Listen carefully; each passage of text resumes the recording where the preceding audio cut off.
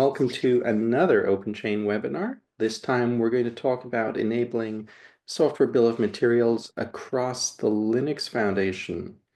We're very lucky to have two people very experienced in this field on the line.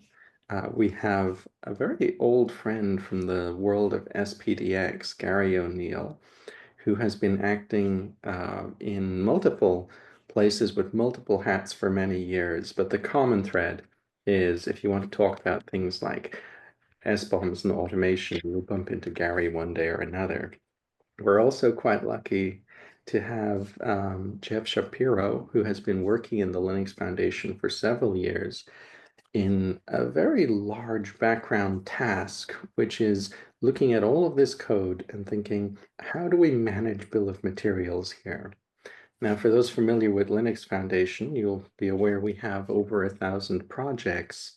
So Gary doesn't have much free time, and Jeff definitely doesn't have much free time, but they do a sterling job. And what they're going to do today is lift the hood and explain in a practical sense, how is this kind of thing done? How is it done at scale? And normally we don't get to see this. Normally it would only be inside the very biggest multinationals that people deal with challenges of this scope. With the Linux Foundation, we're in the fortunate position of having a community entity which does things in the open with massive scope itself. Now, before we start, I was going to show the antitrust policy notice. We show this at the beginning of every Linux Foundation meeting, and you can find the full antitrust policy on our website. If you're from a member company and you have any questions, you can ask them of our counsel, Andy Updegrove. And of course, if you're not from a member company and you have questions, you can ask them of your own counsel. With the formalities out of the way, and with my own personal excitement to see where these two go on the topic, I'm going to hand over the screen to Gary, who's going to lead the presentation itself. All right. I'll go ahead and share my screen here. Give me just a second to set it up. And so thanks for the introductions, Shane. Let's see if I can get this presenting. How does that come across okay? Yeah, it looks good. Yeah, there we go. There we go. I was about to say we're not in presenter mode yet, but there we go. All right, great. All right, so I think we already had a great introduction from Shane. So Jeff, I'll just go ahead and turn it over to you, and we'll go ahead and jump into the slides. Thanks, Gary. So I'm Jeff Shapiro. I'm the Director of License Scanning for Linux Foundation, and my colleague Gary O'Neill is Principal at Source Auditor. We've both been working with auditing open source or auditing software projects for many years. And I've been doing this internally at the Linux Foundation for several years. Next, please. So why are we here? So we've been doing what I call source level license scanning inside Linux Foundation for a long time, long before I started at Linux Foundation. And we've been doing source scanning to find license compliance information for many of our critical projects at Linux Foundation. And for a long time, we've been using this tool, an open source tool, which is a Linux Foundation project, Fossology, to collect license data on our own projects. We do this to provide due diligence services for our members and for the community at large to provide this license compliance information. But we've always wanted more. We've always wanted more than just the source level license information.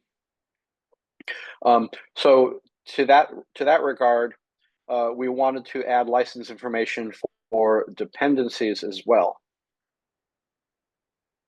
Next, please. So in addition to providing just license compliance information, SBOMs are becoming more critical. So in a moment, we'll give a brief reminder, refresher of some of the particulars about an SBOM. But what we wanted to do was provide Linux Foundation projects with what I call a usable SBOM, and then eventually what I call a unified SBOM. So it meets the CISA NTIA minimum. We'll talk about that again in a few minutes. And in addition to license compliance, one of Sorry. the most important, no problem. In addition to license compliance, one of the most critical things is to talk about security vulnerabilities as well, which many people want to use SBOMs. So a quick review of software bill of materials, or SBOM. Go ahead. SBOMs are used to track packages and components for both vulnerabilities and license compliance.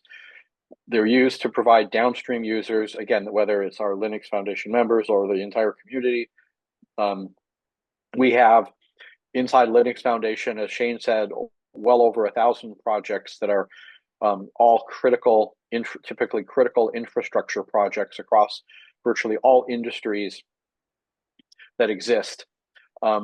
And so, you know, our projects are used for infrastructure for practically everything. So we want to provide downstream users with a list of components and dependencies.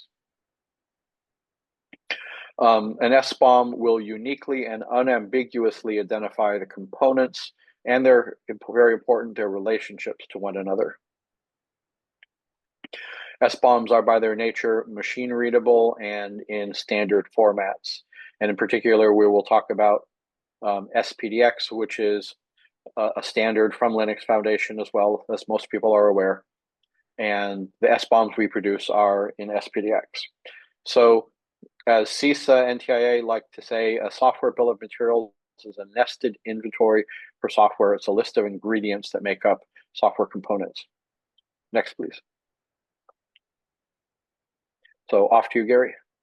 Yeah, so when we look at the, SBOMs in particular, there are actually several types of SBOMs, and this is just a rather busy diagram that shows a typical software product life cycle, that starts in the development process, the build, test, release, install, configure, and in many of these points along the way, you can create an SBOM based on what is known at each of these points. So within this diagram, I just wanted to start here with the context of what it is that we're doing in the Linux Foundation and how that may differ from some other SBOMs that may be created. In particular, there's an SBOM type that we call build SBOMs that has some particular advantages. We're actually, because we don't build the actual deployed software at the Linux Foundation, we're generating SBOMs here in the develop phase. So what is the difference between an SBOM that's generated during the develop phase, which is what the Linux Foundation is doing, versus an SBOM that's done during the build phase? So one of the differences is in the develop phase, what we have available to us is a source code, not only the source code, but also the metadata that describes the build that will eventually be done.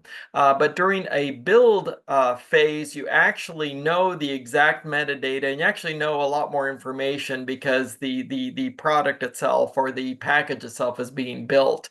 Another difference between these two is the relationships and versions are assumed based on the build metadata that we find.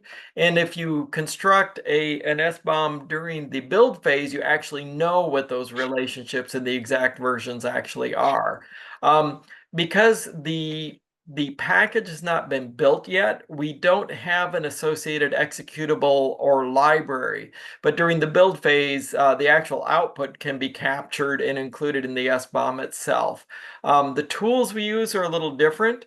Within what we're doing at the Linux Foundation, we're using some what's called software component analysis or SCA tools, and the tools that are used during the build are typically the tools that generate the code itself. We do run these manually, and you can actually in the build SBOMs you can run that as part of a CI/CD, and you can actually include additional data in the build SBOM. So this is just a long way to kind of preface that I would encourage all projects and products to actually do build SBOMs, but since that is a bit of work, the work that we're doing here, the Linux Foundation can actually provide a lot of the information. It's just not quite as accurate as the build SBOMs. So I just wanted to present this information primarily to give you a context and encourage folks to do the build SBOMs in addition to the work we're doing here at the Linux Foundation. Back over to you, Jeff. Thanks, Gary. Thanks, Gary. And let me mention that if we wanted to do build SBOMs ourselves, it would be practically impossible because we would have to set up build systems for hundreds of projects. And we would need dozens of full-time build and release engineers just to manage that process. So the ideal place to do an SBOM, a build SBOM, is within the project itself. Then it's of course the maintainers and others who are contributing to the project to take care of that. So since we realize that that's not always possible and practical, we're creating these develop time or source SBOMs as part of our normal scanning operations. So let me talk a little bit about source versus dependencies. As I mentioned earlier, we've been doing source code analysis for a long time on Linux Foundation projects. We look at source files, snippets, original code, copied code, open source, and or proprietary code. Now, of course, Linux Foundation projects are all open source, but if you were doing this in a commercial enterprise, you would, of course, have a lot of proprietary code that you will be scanning as well. The source code analysis, in our situation, it's partially automated and partially a manual audit that takes place. This is code that typically resides in your source code repository, say your GitHub repos.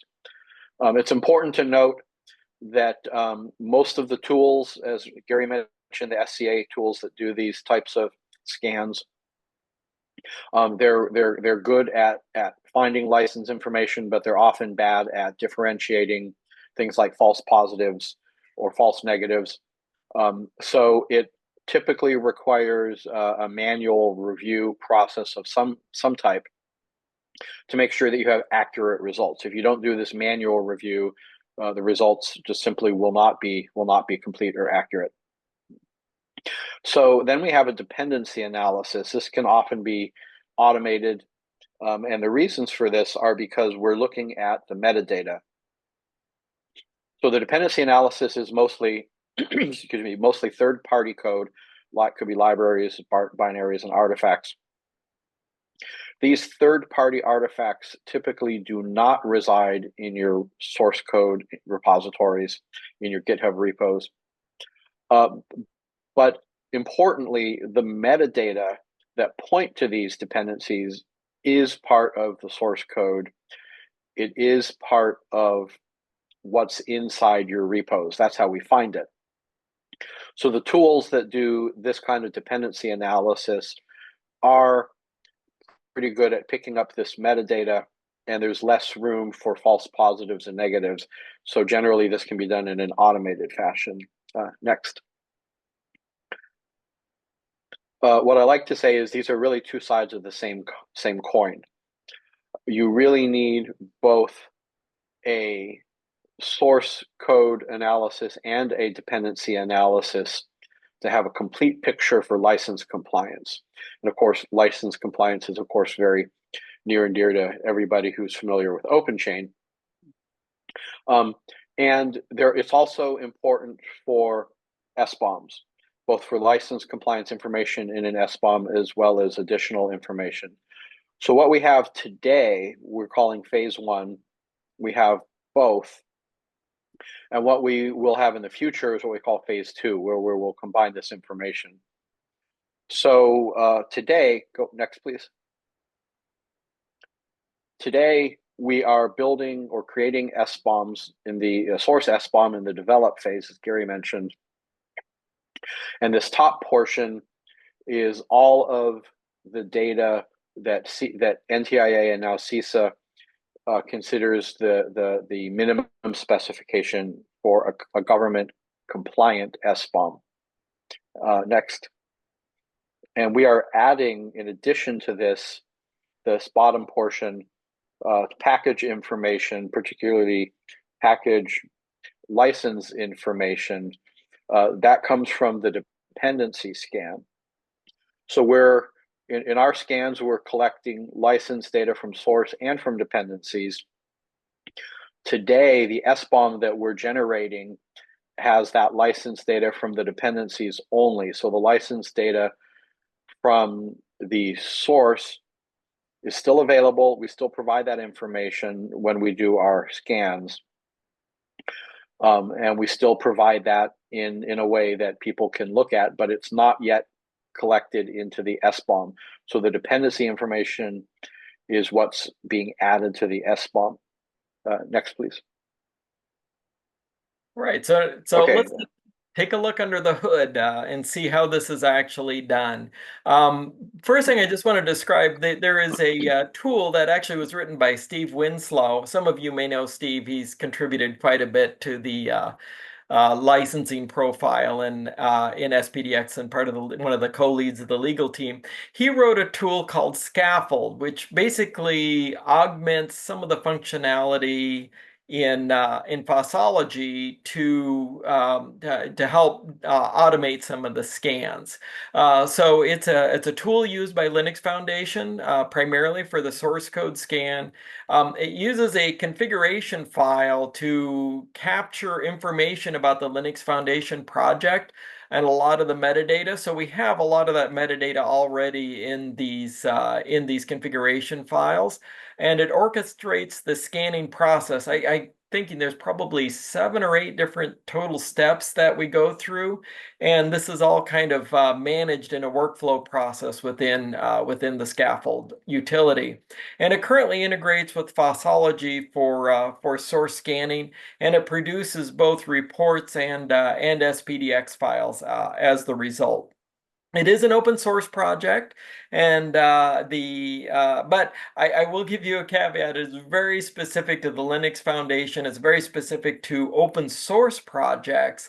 So I don't know if you'll get a lot of leverage out of it as is for more of a corporate use, but you're more than welcome to look at the code and leverage, parts of it that you might be able to find useful. I think it's under an Apache 2 license. So how do we use the Scaffold project, and how do we pull all this together to create these new dependency SBOMs? So we actually leveraged some work being done by a CISA Tiger team, which is the reference implementation Tiger team from CISA. So they defined this process that starts with the generation. And this is where you actually capture the actual dependencies from the metadata and create your initial list of components for the SBOMs. And for this, what we're using is Trivy. Now, what I'll say is that there's actually a lot of really good tools out there, both open source and proprietary SCA tools. We made it very pluggable so that we can switch this out and use different tools in the future if the need arises.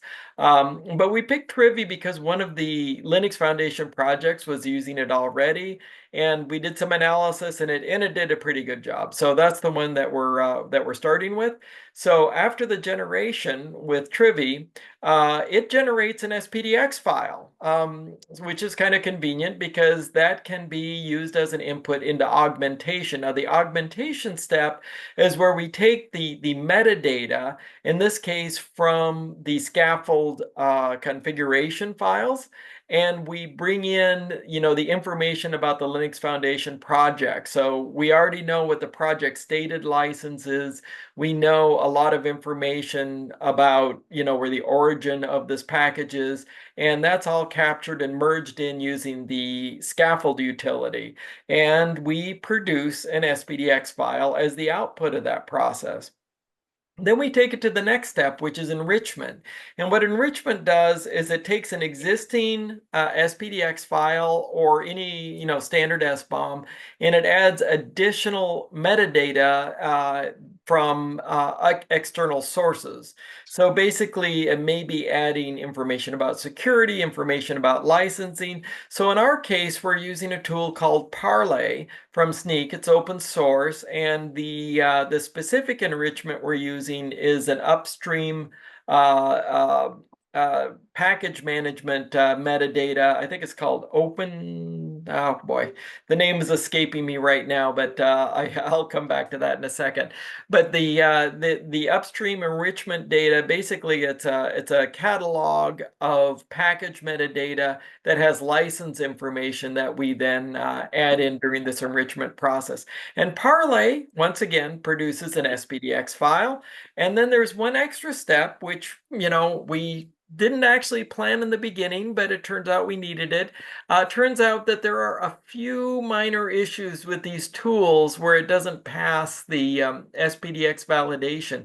So we had to do a little bit of fixing, and for that we're using Scaffold to go in and do a little bit of fix-up. And you're probably wondering, what are these issues? I actually have that coming up in a future slide, so just hang on to that thought for a second.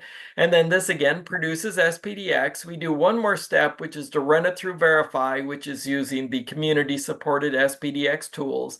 The Python tools in particular is the one that we're using. And then finally, we generate the final SPDX file. So you can see this is something I've been talking about actually for years, is the use of a standard SBOM format kind of as a data backplane to tie these tools together. And I will say in this case, it really does work. It made it easy to integrate all of these different steps together using the SPDX format. And across all of this, we're using the Scaffold as the orchestration process to make all of this work.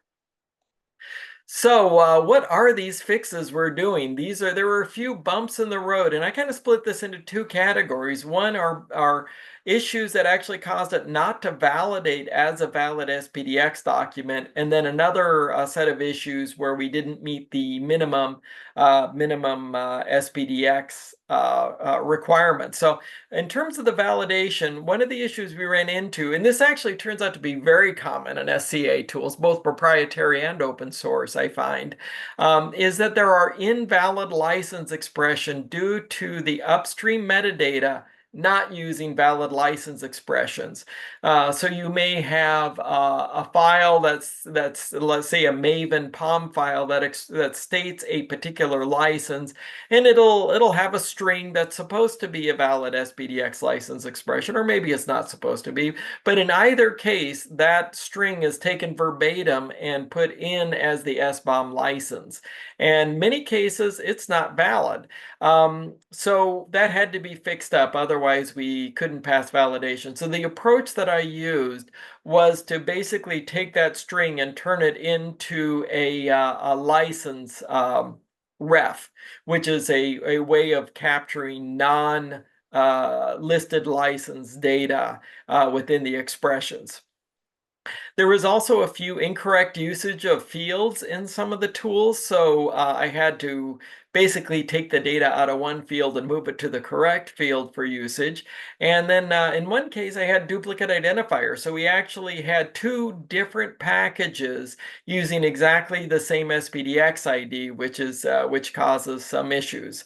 So the good news is I've been working with the upstream tools maintainers, and they have been very responsive. I've been very happy with the support I've received. And of course, this is all open source, so we're not paying them for support. They're just doing this as a community effort, and they've been very responsive and very good. And the other thing I want to talk a little bit about is the NTIA minimums. And there's two different issues we ran into here. One is the missing supplier information. And this again goes back to the build metadata, and it's just not there. So these tools actually don't have any way to pass this along.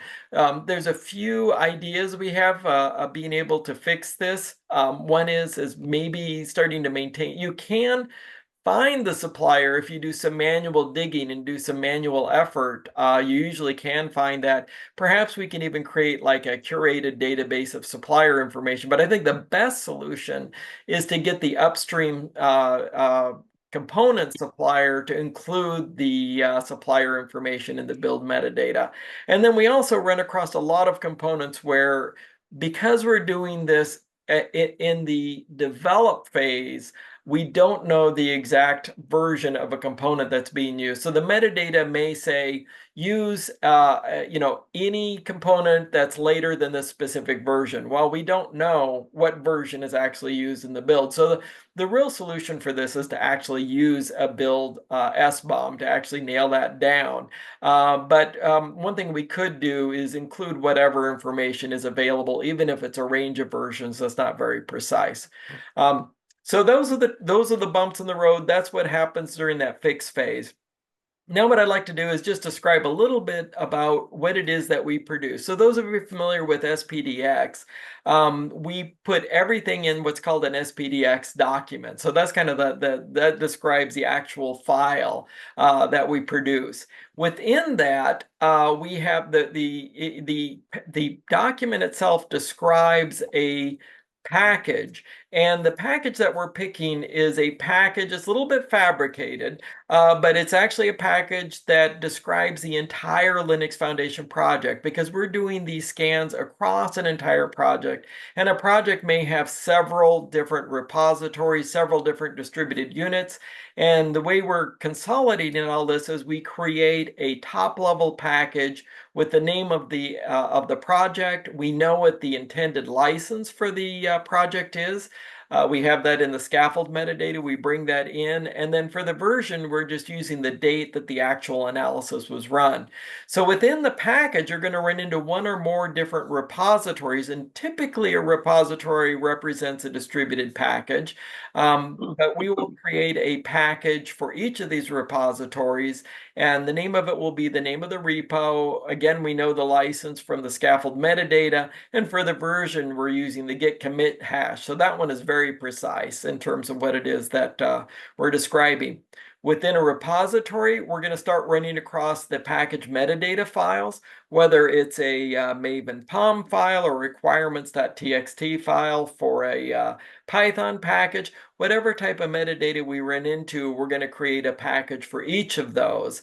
And this is where Trivy actually creates the metadata for these different packages. And for the version of these packages, we actually insert the commit hash for the package itself, so that we have a good way of tying the specific version of that metadata file to the package that we create. And then we start to actually get into the actual dependencies that are described in that. And this all comes from either Trivy during the initial generation or Parlay during the augmentation phase. So that's the structure of it. Now what I'd like to do is just give you a quick demo of how we actually do this. So now we're really getting under the hood. I am going to just bring up oops, not that one. I will bring up a screen here, and this is running on an AWS server. And the tool we use, as I mentioned, is Scaffold. We use SC for short.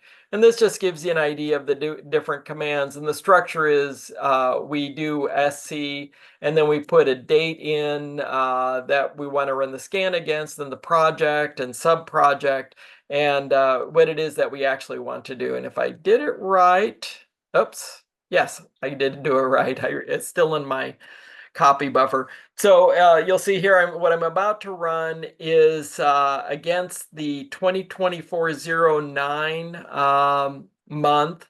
The command is SBOM, which actually generates this dependency SBOM. We'll do it for the LF Energy Flex Measures project. Oh, it looks like I got two of these in. Interesting. I must have hit it twice.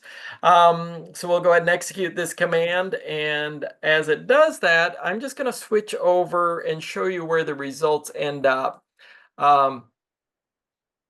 We maintain a GitHub repository where we upload all of the different SPDX documents. So for flex measures, you'll see right here, this is actually the output of the fussology, which is the source.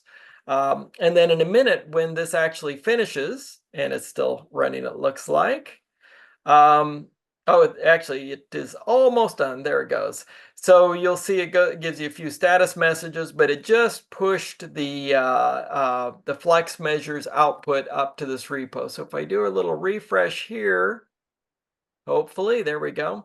You'll see a new file, which is the SPDX file. So this is a SPDX 2.3 version. As soon as the tools update to use 3.0, we'll definitely be switching over to that. And it is the JSON version, which is format, which is actually quite popular in the tools world. And you'll notice it has a lot of information in here. Now, one of the things about this is, this is kind of hard to read for a human. It's great for tools, but for humans, it's a little bit challenging to find out what all the relationships are. So in addition to the SPDX file, we create this, which is an Excel version containing exactly the same information. So you can see here all the different packages. So starting at the top, this is the project itself, the license, which again comes from the scaffold metadata, the version, which is the date that it's run, and then any of the relationships that this packages has onto others. So you can see, because this says document describes, you know that this is the top level. And then here's one of the repositories. And then underneath the repository, you'll start to find the requirements file itself for a Python project. And here's all the different dependencies. So you're able to kind of construct a complete tree. Now, I mentioned I had to fix up some of these licenses. And you can actually find those on this tab. These are invalid license texts that were found. And we generate a license ID and then a license comment that basically describes that this is what we actually found. So this is a little bit of that fix-up that I mentioned earlier. So in terms of the actual validation, one of the things I would normally show you, I think I might skip showing you this now, but well, actually, think I actually have a copy of this downloaded. It might be a little bit faster than trying to download it here. This is the same copy of the flex measures that was uploaded. It was just from an earlier run. If I go to tools.spdx.org, you'll notice that there's a validation and an NTIA minimum conformance checker. So one thing I could do is just do a really quick check here. Drop that in. We'll see if it's valid. This is a tool I definitely encourage folks to use if you're generating or working with your own SPDX file, just to make sure that they're valid. So that, of course, that passes. Let's take a look at the NTIA. We'll drop it in. And we'll see if it meets the minimum. Oh dear. It looks like it is missing suppliers. Like I mentioned, this is a common issue. Now, I just want to point out, I actually knew this was going to happen, and I researched a couple of these, and I'll just pick on ISOdate. It turns out that if you go to the latest version of ISOdate, it actually does include the supplier. So for the project, for the LF Energy project that is actually including this, we can actually go back to them and as a service, provide them the information that, hey, if you update ISOdate to the latest version, you'll actually be able to include the supplier in your SBOM, and this may help you pass the NTA minimum compliance for future uses. So this is not an unusual type of a response. You'll typically find some of the missing suppliers, and I mentioned before you'll typically find a few missing versions. In this case, we didn't find any missing versions, but that does typically happen. But let me just mention how Yeah. useful that is, because what we get is we have an SBOM that has all the data that's available, and what we've got here is we have suppliers, as Gary said, that are missing that information. So even though the SBOM is technically not compliant because that supplier information is missing, it gives you that very important information to see, excuse me, exactly which ones it's missing from. Gary, if you could go back to the demo screen really quick and go back to the GitHub org real quick. I just wanted to just mention one other thing really quick. The LF scanning. Yep, there we go. Okay, yeah, let's go up to the top level of where we show both files. Thanks. So Gary mentioned this, but I just wanted to reinforce this a little bit. So we have two files here. The top one, they're both SPDX files. The top one is the SPDX output that comes from the Fossology tool that has all the detailed license data from the Fossology source level scan, which has been this is a file that's been available for our scans for a long time. And the second file there, the spdx.json file, is the actual SBOM that we're generating. And this, as I mentioned earlier, contains the dependency level license data and other package information from the dependencies, which you can use, including package URLs that you can use to check for security vulnerabilities. So we've got both sets of license data available now, but they're in two separate files. And so what we'll be doing in the near future, which we're going to be talking about just pretty much right away, is how we merge and integrate this into what we call a unified SBOM. Thanks. Go ahead. Okay. So this is what we call our Linux Foundation minimum SBOM specification for phase 2, which is our current effort coming up. This looks very similar to what we have now for phase 1 with important additions. So the top section there is the CISA NTIA minimum spec. That's the same. The next section, which is phase 1, is what we have today with the package information. And then what we're going to be adding for phase 2 is additional package information, which is the copyrights, as well as file level information. That's the key. File checksums, the file declared and or concluded license, and the file copyright text. So this is all the information that comes from the Fossology tool, which is doing the source level scan. And we're going to be integrating that into the SBOM we're producing to make this unified SBOM that contains the license, the package and license and copyright information for both dependencies and the source level. Next, please.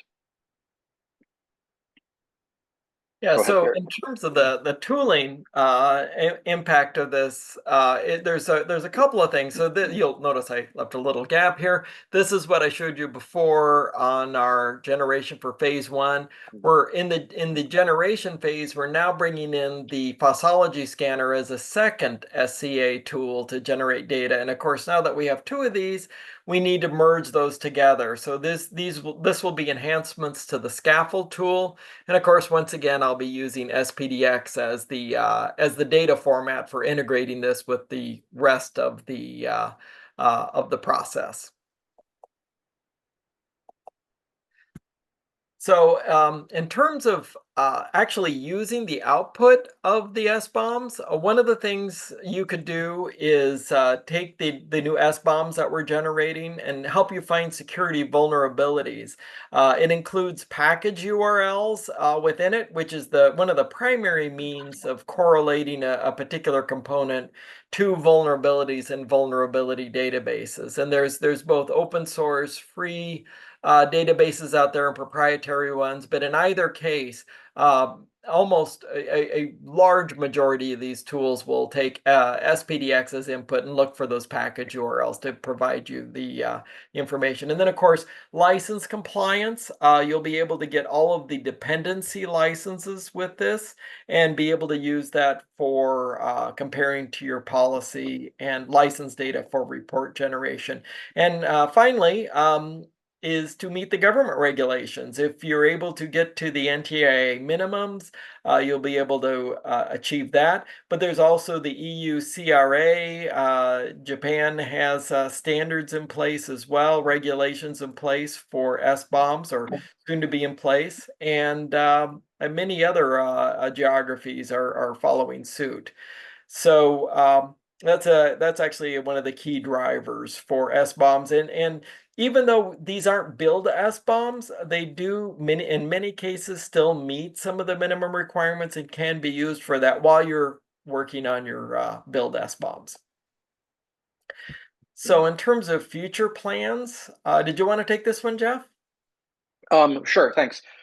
So we have a what we call a Linux Foundation minimum SBOM spec, which is what we showed in those spec diagrams earlier. So we're actively working on finalizing that definition. If you have any comments or questions or input into what that spec looks like, you're welcome to reach out directly to myself and Gary to let us know, or you can let Shane know and he can pass along the information to us. So we'll be finalizing that for phase 2. As I mentioned, the critical part is to merge this source and dependency data into what we call a unified Linux Foundation SBOM. And I'll mention that this isn't a build SBOM, it's a source SBOM. But we still will have all of that critical license data in the SBOM. We also want to add, as Gary showed, we have a dependency report in an Excel spreadsheet format.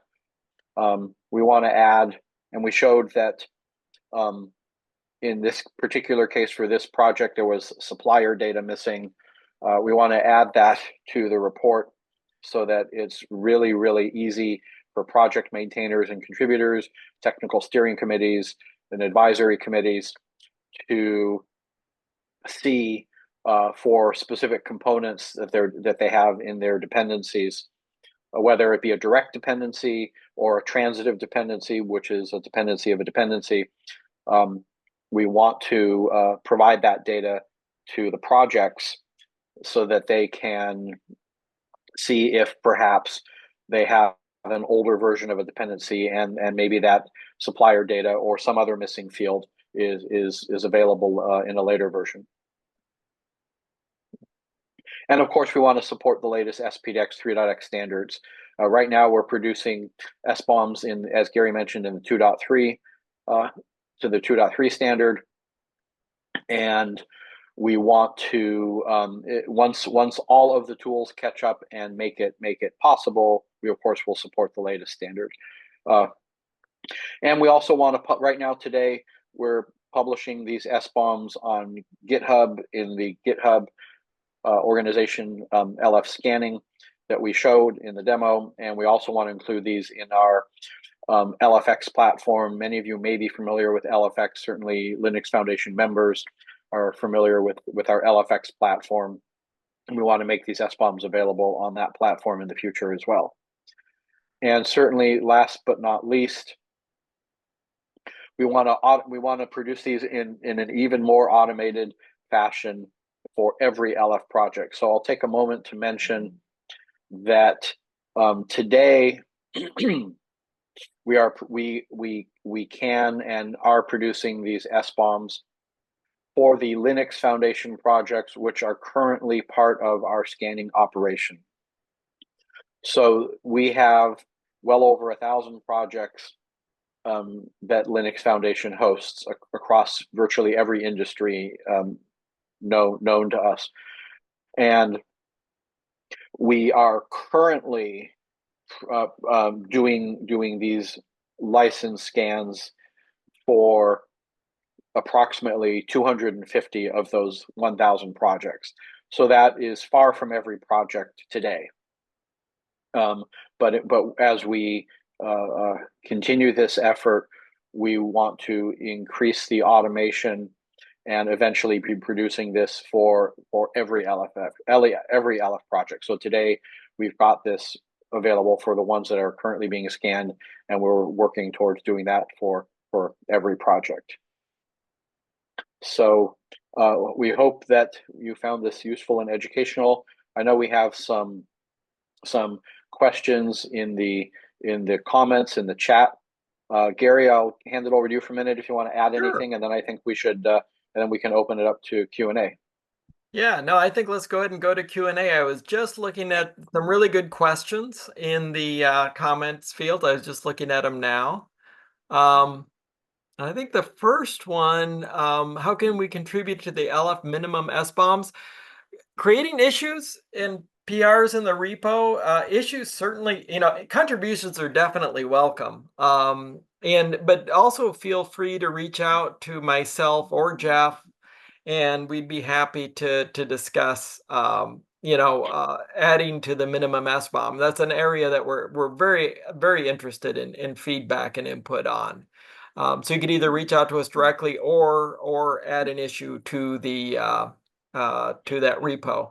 And Let on me the second let question, me. yeah, go ahead, Jeff. Oh, before we go on, let me mention that I think an issue or a PR on the LF scanning scaffold project is appropriate if you have a question or a suggestion specifically on the scaffold infrastructure, the scaffold tool. If you want to add, if you want to contribute to the, I don't know, Gary, what do you think? Do you think that an issue there for the LF for contributing to our SBOM spec would be appropriate, or do you want to perhaps have a different way to contribute that? I think the adding an issue is fine. I personally I like having GitHub issues because they're easy to track and manage. But at the same time, I know a lot of folks may not be as GitHub users or Git savvy. So reaching out to us through email is perfectly fine as well. And in terms of I was just looking to see if there's a CLA or any information. I don't have a good answer for the second question. That might be something we should follow up on, Jeff, is to get a Yeah, contributing. we Yeah. don't use a CLA or a DCO for the scaffold project itself because it's been a pretty small project, and as you mentioned, it's been somewhat specific to the Linux Foundation open source scanning operation. So we haven't, and we've had a very small number of contributors to date for that project. But yeah, I will echo Gary's sentiment that submitting an issue against that repo, if you have a comment about the LF minimum SBOM that we're defining, is perfectly fine place to do that because it'll allow us to track it. So I think that's a good idea. Right now, there's no requirement. If you're making a suggestion for the specification, that really wouldn't require a DCO or a CLA anyways. If you're making a suggestion to add source code to that repo for the actual scaffold tool, then I think we can discuss if a DC, then I think having a DCO would be appropriate. Yeah. But that hasn't been something we've had to worry about up to this point. Yeah, we haven't had too many outside contributors, but we should follow up. We'll follow up on that and see if we can get a contributing.doc added to the repo with any requirements. It'll probably be very similar to what we do in the SPDX world with the code, which is mostly a DCO sign off.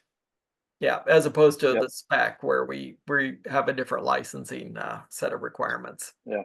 So Gary, I'll let you address the second question about the Perl and Yeah. about 3.0. Yeah, so the Perl should be a an external identifier in 2.3, which will map to the 3.0. So it might be, the annotation comment, that was one of those areas where I had to do a fix. The Trivy, I think, did put it in as an annotation comment, and I moved it over to an external reference, I believe. And hopefully that shows up in the output of the SPDX file. If it doesn't, that's a bug. So it should translate. It should translate well to 3.0 because the external ref should map to the similar field in SPDX3. And if it doesn't, I'll fix it. Yeah. And then how can we map the tool chain into the software development lifecycle? I mean, that's an interesting question. I will say, as we mentioned, that so our tool chain is, we're not developing the code. We're not writing and building and releasing the code. We're using SCA tools, software composition analysis tools, to do a static analysis of a snapshot of the source code at a moment in time. So this is during the develop phase. It's producing what we call a source SBOM. So it is kind of independent of this development lifecycle wheel that we presented. It's a tool chain that is used to generate the SBOM that happens at a specific point in that. So I would say the way that it maps is that it is a process that is used to generate the SBOM at a specific point in the development lifecycle. Yeah, and I'll just add one way to think about the develop phase is if you've got a major release coming up, you can think about the SBOM we're producing, within the Linux Foundation as part of the develop phase as kind of a check to see how you're doing in terms of license compliance, how you're doing in terms of the minimum. Will you be able to generate an SBOM with the minimum requirements and be able to go through and check all of that before you actually do the build phase? So it's a good kind of pre-check before the release. But then, I always encourage, it's a great practice to actually do a full build SBOM in addition to the source or develop SBOM. And that'll give you a much more accurate information. The other thing I'll just mention too is, it is a different scope or a different set of problems building SBOMs for a Linux Foundation project that's not doing the actual build itself. So we don't have the knowledge or access in some cases to the CI/CD system that's doing the actual build. So unfortunately, it's difficult or not even possible for us to do the actual builds or included in that. If you're building SBOMs in a more of a production environment, or you're one of the project maintainers for an open source project, you do have access to all that and can probably do a little bit cleaner job of integrating it into the life cycle. I will drop something into the chat, kind of a reference. This CISA project, Tiger Team project that's doing the reference implementation is actually targeted more for, production software in terms of how to actually do particular types of SBOMs for those builds. So, and what we do is based on that, but again, it's a little different because we don't have the same access that projects will. Okay, so I think we've handled all the questions in the chat. Any other final questions? We're almost out of time, but if there's any more questions, we'll happy to provide answers. It looks like we might be there. Well, Jeff, Gary, thank you so much for an excellent presentation. As you can see, you fired up some people's imaginations here, so I'm hoping we'll see further collaboration. For your reference, this will probably be going live tomorrow across social media and on the website. I'll tag you in the social media, and if you could share onwards, it would be appreciated. Beyond that, Of course. huge thanks for making time to do this presentation for us, and thank you to the audience for a bunch of interesting questions. Yeah, likewise. Thanks to everybody for joining, listening, and asking great questions. Very much appreciate it. Yep. Thanks. Yep, and thank you, Shane, for organizing this and for giving us the opportunity to share the information. That's what community is all about. Have a good night. Take care All all. right. Bye Good bye. night.